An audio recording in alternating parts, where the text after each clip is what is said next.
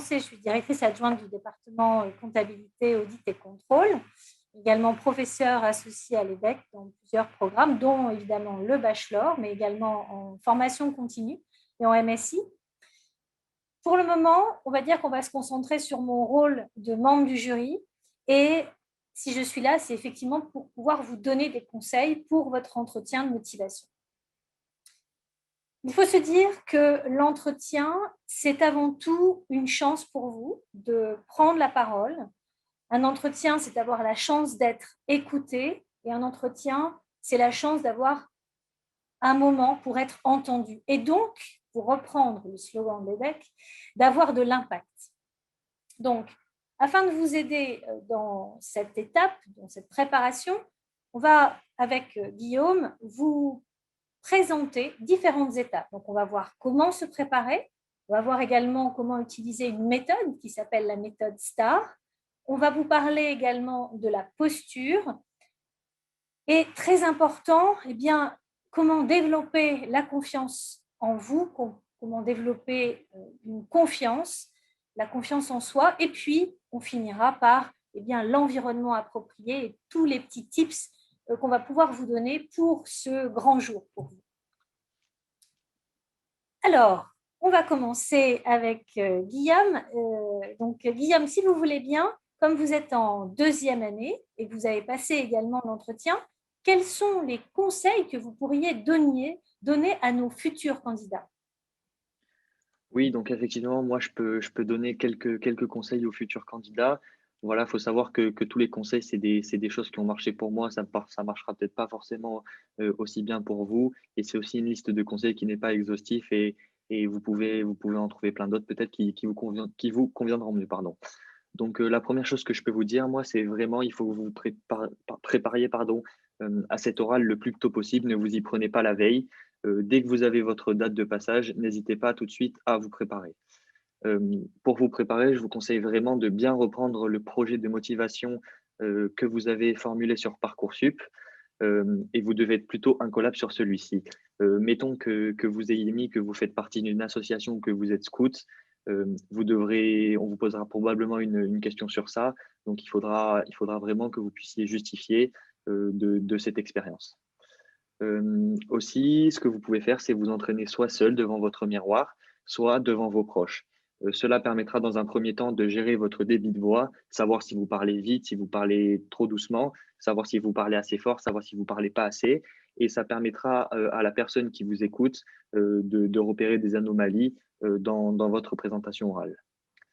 Euh, Ce qui pourrait être intéressant aussi, c'est que vous prépareriez quelques éléments de questions qui sont souvent posées, comme par exemple, pourquoi voulez-vous faire l'EDEC ou qu'est-ce qui vous a motivé à postuler à l'EDEC. Je vous conseille aussi de suivre l'actualité économique, géopolitique et politique du moment, en sachant tous les grands événements qui se passent dans le monde, plutôt tourner vers un côté entrepreneurial, bien sûr, parce que nous sommes une école de commerce.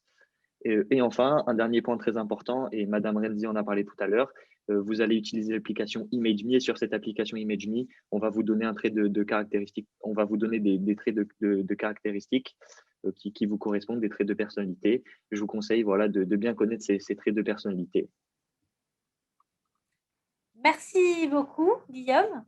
Alors, on va toujours continuer dans cette préparation et il est important que vous puissiez avoir toutes les bonnes informations.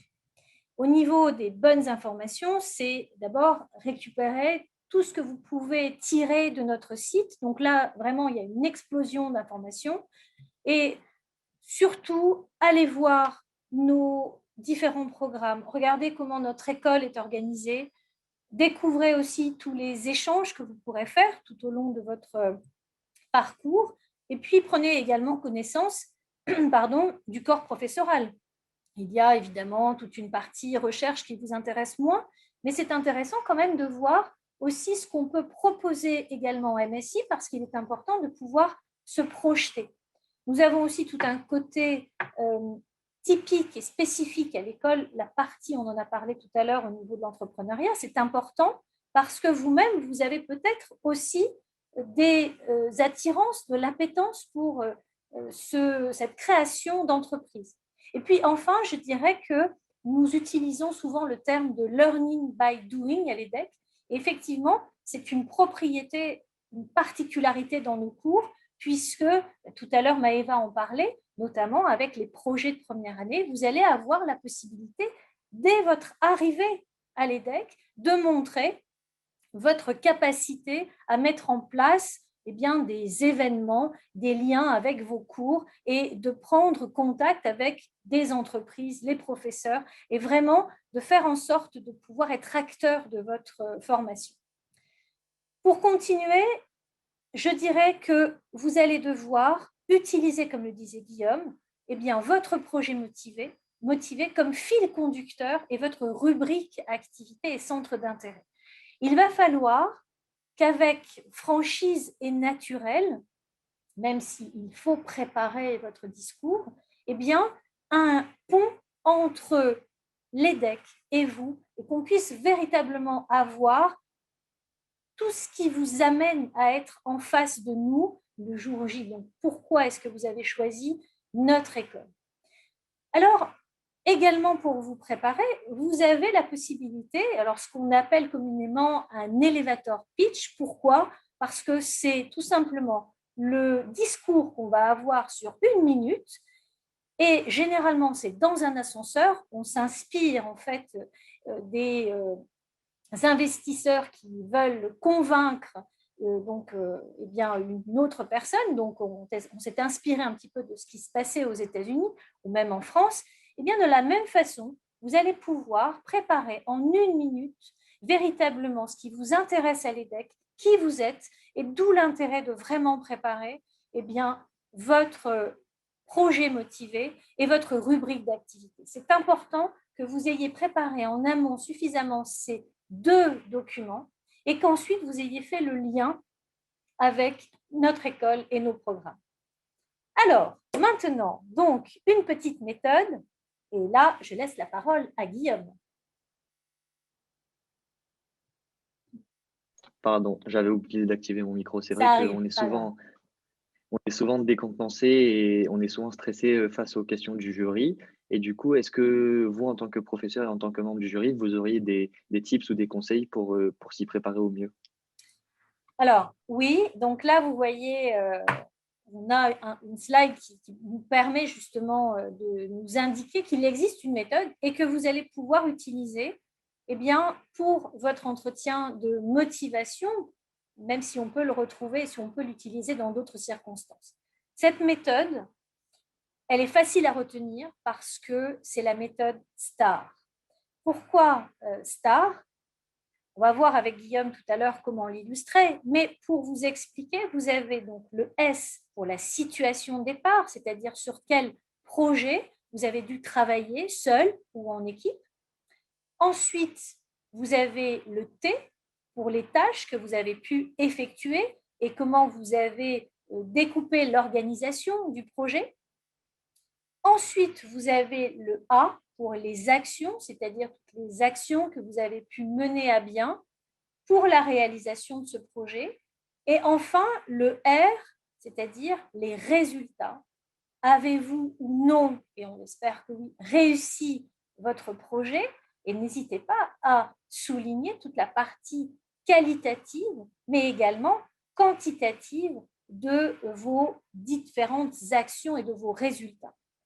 Donc, avant de demander à Guillaume un exemple, souvenez-vous que cette méthode, c'est une technique qui va vous permettre de structurer votre entretien. Guillaume, c'est à vous. Est-ce que vous auriez un exemple, une illustration pour nos futurs candidats afin de pouvoir utiliser cette méthode STAR? Oui, donc en effet, comme les futurs candidats, j'ai effectué le test de personnalité il y a quelques jours et la caractéristique, le trait de personnalité qui a été principalement relevé, c'est la persévérance. Donc au niveau de cette persévérance, la situation, je vais vous l'illustrer. La situation, c'est que je fais du sport en compétition. Ce sport, c'est le triathlon, donc c'est l'enchaînement de la natation, du vélo et de la course à pied. Donc quelle est la mission et l'objectif à atteindre? Pour moi, et donc c'est purement personnel, c'est de progresser et d'être meilleur qu'avant au fil du temps. Quelles sont les actions que j'ai réalisées pour réussir cette tâche? Tout simplement, ça va être une rigueur dans les entraînements que j'effectue, mais aussi une rigueur alimentaire afin de combiner cet aspect à la fois physique et nutritionnel. Et enfin, quels ont été les résultats de tous ces efforts? Ça a été ma participation au championnat de France de triathlon, où j'ai pu me mesurer aux meilleurs athlètes français dans la discipline. Merci Guillaume. Donc là, pour reprendre véritablement ce qui pourrait se passer lorsque vous serez vous-même en face du membre du jury, eh bien, c'est lorsque vous allez éventuellement préparer votre elevator pitch et qu'on va utiliser les informations que vous allez nous donner. Imaginons que comme Guillaume, vous mettiez donc un trait de caractère, ici la persévérance. Pour vous, ça pourrait être la curiosité ou le leadership. Automatiquement, dites-vous que la question qui va découler de ce trait de caractère, c'est « Très bien, mais pourriez-vous me décrire une situation où vous avez fait preuve de… » Et puis, j'utiliserai ensuite le qualificatif que vous m'avez donné. Donc, on va pouvoir maintenant passer à la slide suivante et laisser de côté cette technique pour structurer. Et donc, au niveau toujours de votre entretien, eh bien, nous allons maintenant voir des points qui sont tout aussi importants et qu'on pourrait englober dans ce qu'on appelle la posture. C'est-à-dire comment vous allez occuper l'espace. Alors, vous voyez que moi, j'utilise mes mains, malgré tout, même si je suis derrière mon écran. Eh bien, c'est exactement ça. C'est-à-dire, comment est-ce que, même si je suis derrière mon écran, je vais pouvoir utiliser mon sourire, ma voix, mon dynamisme et mon enthousiasme. Donc, et également, vous voyez qu'on a la tenue professionnelle, on va en parler évidemment. Guillaume, est-ce que vous auriez peut-être quelques conseils, comme on le sait maintenant, vous êtes candidat au concours d'éloquence, à donner à nos futurs candidats concernant justement cette posture? Oui, donc effectivement, il y a quelques tips et quelques conseils que je peux donner aux candidats. Donc, il faut savoir que parler devant un public ou parler devant un jury, c'est compliqué pour tout le monde et c'est stressant pour tout le monde. Après, ça va être forcément à vous d'essayer de gérer, de canaliser votre stress au mieux. Il y a des conseils simples qu'on peut tous appliquer. Le premier, c'est de ne pas paniquer devant les questions qui vous sont posées. C'est vrai que parfois, il y a des questions qui nous déstabilisent, qui nous font peur. Moi, je vous conseille de bien prendre le temps, de bien vous poser. Une fois que la question a été posée, n'hésitez pas à prendre 5 à 10 secondes afin de réfléchir et de structurer au mieux votre question. Il faut mieux que vous preniez un petit peu de temps pour y réfléchir, même que vous parliez doucement, plutôt que de commencer dans un récit qui n'a ni queue ni tête et de ne pas être bien compris par un ou plusieurs membres du jury. Je vous conseille aussi d'éviter de commencer vos phrases par des mots tels que ben ou de les finir par des mots tels que et voilà. Tout simplement, vous terminez votre phrase avec un point, ça suffit largement. Je vous conseille aussi de faire des phrases courtes et qui vont à l'essentiel. Ça vous évitera à vous de vous perdre dans de longues tirades et ça permettra au jury de mieux vous comprendre. Au niveau de la communication non verbale, il y a la position, c'est quelque chose de très important. Moi, je vais vous donner une petite anecdote. Souvent, quand je suis en costume, j'ai une cravate et il y a quelque chose que je ne peux m'empêcher de faire, c'est de triturer cette cravate, parfois jusqu'à la détacher sans m'en rendre compte, tellement je suis pris dans le discours que je suis en train de faire. Donc, moi, je vous conseille, si vous êtes en visio, pour canaliser votre énergie, moi, par exemple, j'ai un stylo dans la main, ça me permet de canaliser mon énergie et justement de ne pas parler trop vite. Au niveau des bras, comme l'a dit Madame Tadei, souvent les gens aiment bien bouger les bras. Moi aussi, c'est quelque chose que j'apprécie faire, notamment quand je suis en présentiel. Je vous conseille de le faire plutôt que d'être les bras tendus ou d'être crispé sur votre chaise ou votre bureau. C'est beaucoup plus naturel et c'est généralement apprécié par les membres du jury. Ensuite, je vous conseille d'avoir les jambes ancrées dans le sol, soit les jambes pliées ou soit les jambes bien droites. Évitez de bouger comme une carpe, notamment si vous êtes à l'oral. Ce sera beaucoup plus agréable pour le jury et pour vous. Enfin, il ne faut absolument pas fuir le regard de votre interlocuteur. Le but, c'est que vous ayez une discussion qui se passe bien. Et si vous fuyez le regard de votre interlocuteur, ça sera une forme de manque de confiance en soi. Voilà ce que je pouvais dire pour les quelques petits conseils. Merci beaucoup, Guillaume, pour cette illustration sur la posture. Donc, avoir de l'impact, c'est d'une part la posture, donc on vient d'en parler, le sourire, toute la partie haute du corps, puisque vous allez être évidemment devant votre écran. Donc, les yeux également, donc justement, cette fameuse voix, il va falloir justement la projeter pour pouvoir montrer au travers des mots que vous allez pouvoir utiliser votre enthousiasme et votre dynamisme. Un petit mot quand même sur votre tenue professionnelle. Évidemment, bon, on n'a que le haut, donc ça nous arrange bien, mais pensez effectivement à être à l'aise, mais on est là pour quelque chose de sérieux. Et donc, soyez comme sur la photo, eh bien, en tenue professionnelle. Alors, on va également parler avec la slide suivante d'un point très important qui concerne la confiance en soi. Comment travailler la confiance en soi? On dit que la confiance en soi, elle s'acquiert. Guillaume, je vais encore vous mettre à contribution. Est-ce que vous auriez quelques tips pour nos candidats afin d'acquérir ou d'augmenter cette confiance? Oui, tout à fait. Donc déjà, j'aimerais commencer par le fait que moi, de base et plus jeune dans ma jeunesse, je n'étais pas forcément quelqu'un qui avait confiance en soi. Donc la confiance en soi, c'est pas forcément quelque chose d'inné et ça s'apprend et ça se travaille. D'où l'intérêt sur le conseil que je vous ai donné tout à l'heure, de bien vous y prendre à l'avance et de ne pas hésiter à vous entraîner. Donc bien sûr, la relaxation, c'est quelque chose qui peut être plutôt pas mal. Moi, par exemple, lorsque je suis stressé ou avant des échéances importantes, maintenant, on a tous des smartphones. Je sais que j'écoute des musiques de piano. Lorsque j'ai besoin de me relaxer, ça me fait du bien. Donc ça, c'est aussi quelque chose qui est purement personnel, mais je suis sûr que vous aussi, vous avez des choses qui vous permettent de vous relaxer et de moins stresser. Ensuite, je vous conseille aussi de dédramatiser le moment. Alors certes, c'est un moment solennel. Certes, pour vous, ça va être sûrement le premier oral important que vous allez faire après celui du baccalauréat, mais il n'y a aucune vie en jeu. Je vous conseille juste d'être honnête et naturel avec vous. Le but, c'est que vous vous ouvriez au jury pour que le jury comprenne qui vous êtes et ce que vous allez pouvoir apporter à l'institution de l'EDEC.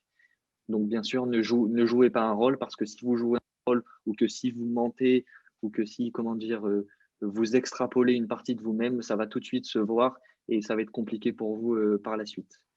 Il faut aussi vous dire que votre interlocuteur et que le jury en général pardon, n'est pas votre ennemi, et ni votre adversaire. Et il faut essayer de le considérer comme un allié.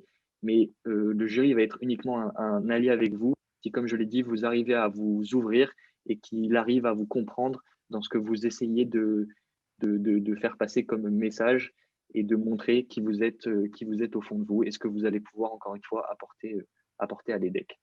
Voilà ce que je pouvais dire sur ça. Merci encore une fois, Guillaume, pour toutes ces informations précieuses. Je pourrais peut-être rajouter un petit mot justement sur cette respiration et sur les silences. Tout à l'heure, Guillaume vous disait, il arrive parfois que dans des phrases, on puisse utiliser des mots qui ne sont pas forcément appropriés, soit en début de phrase, comme Guillaume le disait, le bain, ou à la fin d'une phrase, le E. Eh bien, tout simplement pour éviter d'avoir ces tics, il suffit de s'arrêter, et Guillaume vous a dit mettre un point. C'est effectivement tout à fait vrai, et il ne faut pas avoir peur, d'ailleurs comme le disait Victor Hugo, puisque le silence est une forme d'autorité.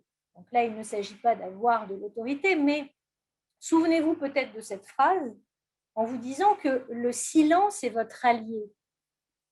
Vous allez pouvoir non seulement respirer, mais également laisser le temps à votre interlocuteur ou jury de vous poser une question. Et moment précieux de ce silence, vous allez aussi pouvoir réfléchir. Donc, dites-vous que le silence est votre allié. Et encore une fois, comme le dit Guillaume, tous les jurys, y compris moi, puisque nous pourrions éventuellement être l'un en face de l'autre, eh bien, nous sommes là pour faire connaissance. Nous sommes votre allié, vos alliés, et donc, surtout, il n'y a pas de raison à ce que vous ayez peur, puisque ce que vous allez amener avec vous, c'est la possibilité, encore une fois, de pouvoir vous exprimer, de pouvoir parler, de pouvoir être entendu et donc d'avoir de l'impact. Ce qu'on cherche, c'est effectivement à faire en sorte que vous soyez bien à l'EDEC.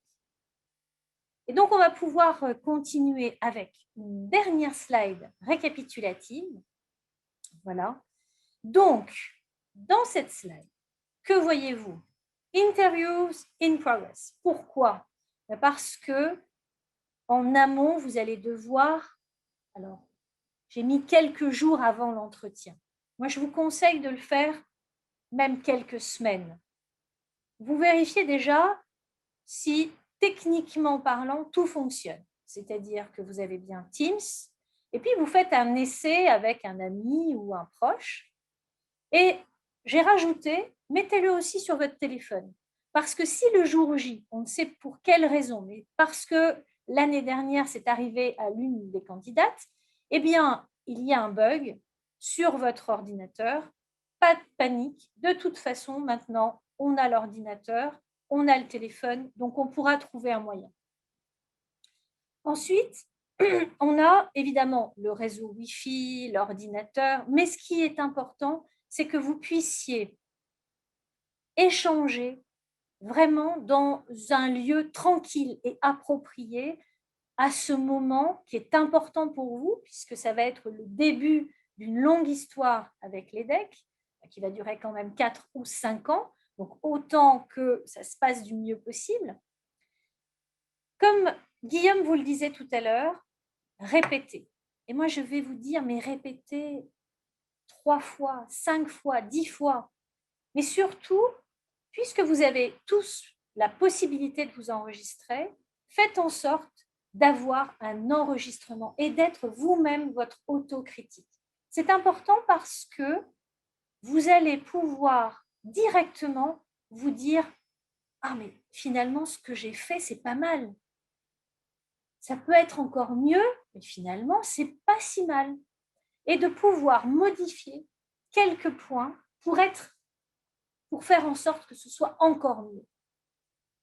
Ensuite, on va avoir évidemment dans l'agenda le rendez-vous et dans le téléphone avec un rappel à J-1 et puis ensuite quelques heures avant, voire quelques minutes et tout est OK. Et surtout, vous n'oublierez pas de vous connecter quelques minutes avant pour voir si tout fonctionne.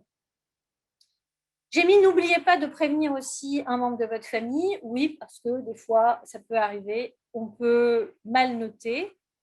Ensuite, parce que ça m'est arrivé l'année dernière avec une candidate qui avait très bien préparé son entretien, peut-être même trop bien, parce que les 10 premières minutes, elle m'a lu ses fiches. Ce qui était absolument abominable. Donc, j'ai préféré lui dire, écoutez, je vois que vous lisez vos fiches, donc on va faire quelque chose, c'est vous allez les laisser de côté parce que moi, je suis incapable de savoir si véritablement vous avez envie de rentrer dans notre école et qui vous êtes. Elle a dit OK, et là, on a pu commencer l'entretien.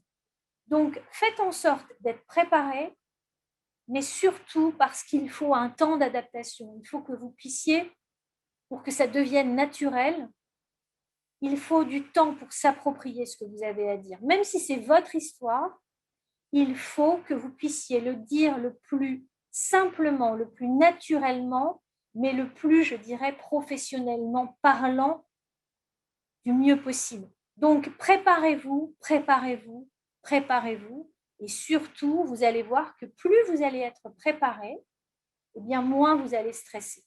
Et ça, c'est important aussi. Et n'oubliez pas justement cette fameuse respiration.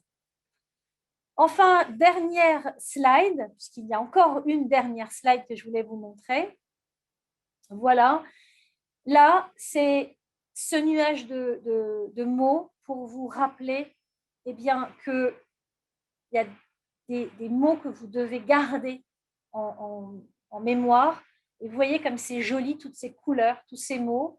Et j'espère que vous prendrez beaucoup de plaisir, parce que c'est ce que vous devez avoir en préparant, c'est ce que vous devez ressentir en préparant votre entretien de motivation.